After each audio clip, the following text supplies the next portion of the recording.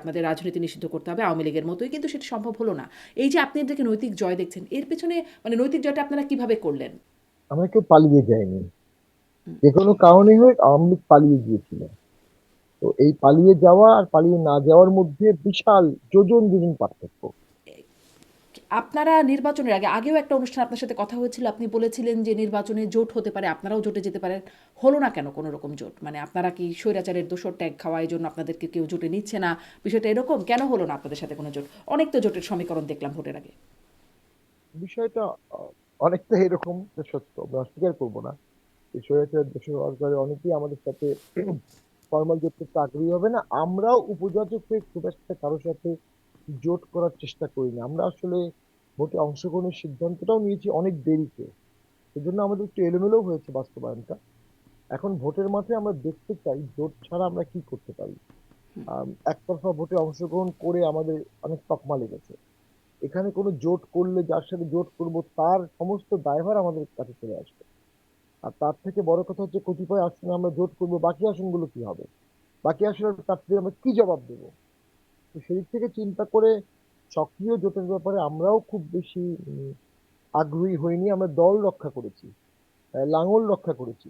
যারা আমাদেরকে ভোটে বাধা দিতে চাচ্ছিল, ব্যান করতে চাচ্ছিল, তাদের সামনে আমরা দীপ্ত পায়ে ভোটে অংশগ্রহণ করছি, প্রচার করছি।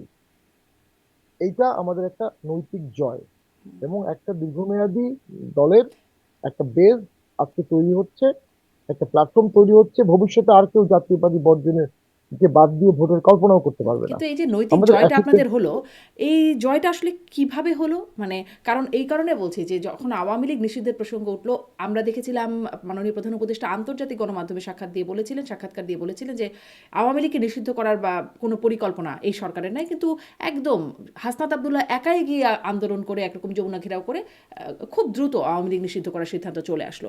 আপনাদের রাজনীতি নিষিদ্ধ করা, আপনারা যেন নির্বাচনে অংশ নিতে না পারেন, একটা তো সফল হয়েছে, আপনারা ঐক্যমত কমিশনের কোনো জায়গায় আর যেতে পারেন নাই।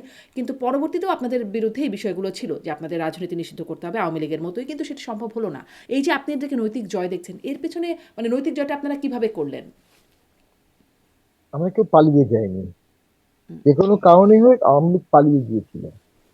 তো এই পালিয়ে যাওয়া আর পালিয়ে না যাওয়ার মধ্যে বিশাল যোজন যোজন পার্থক্য। আমরা অস্বীকার করব না, আওয়ামী লীগ আমাদের থেকে অনেক শক্তিশালী দল। কিন্তু আমরা যেটা করতে পেরেছি, এটা আওয়ামী লীগ কিন্তু পারছে না, কারণ তাদের শীর্ষ নেতৃত্ব পালিয়ে গেছে এবং নেতাকর্মীকে রেখে পালিয়ে গেছে। তো সেটারও অনেক বাস্তবতা আছে, যে মব আমরা দেখছি, পালিয়ে না গেলে তো দুর্যোগ লোক মারাই যেত হয়তো বা। তো ওই যে মবের কাছে আমরা নতজানু হইনি। এবং জাতীয় পার্টি প্রথম যারা হাসনাত বা এদের পক্ষে গালিগালাজ করে কথা বলেছে, রংপুরের মেয়র এবং এরশাদ প্রথম। জাতীয় পার্টি প্রথম গণ অধিকার পরিষদের লোকজনকে পিটিয়েছে বরিশালে মবের বিরুদ্ধে, প্রথম। যা মিডিয়াতে প্রকাশ পায়নি। জাতীয় পার্টি যখন গণ অধিকার পরিষদ আমাদের পার্টিকে পাড়ার আগুন দিল, আমরা বুক চিতে দাঁড়িয়েছিলাম। তো এই কাজগুলো করার কারণে আমরা মনে করি জনগণের মধ্যে আমাদের জনপ্রিয়তা এবং গ্রহণযোগ্যতা বেড়েছে। For the first time Jatiya party একটা সঠিক, অনেকদিন পর একটা সঠিক রাজনীতি করছে, অন্য কোনো দলের সাথে মুখোমুখি না হয়ে, অন্য কোনো জোটের অ্যালায়েন্স না হয়ে নিজের রাজনীতি করছে। আমরা কম বেশি ভোট যেটাই পাবো এটা আমাদের অ্যাসেট হবে। এবং আমি মনে করি সামনের ভোটে জাতীয় পার্টি ভালো করবে। তবে এই ভোটটা পরবর্তী ভোটের জন্য আমাদের অনেক হেল্পফুল হবে। জি, এটাই আপনাদের realization for the first time Jatiya Party সঠিক রাজনীতি করছে অনেকদিন পর, অনেকদিন অনেকদিন পর, পর। এর জি। আগেও করেছে জি। অনেকদিন পর।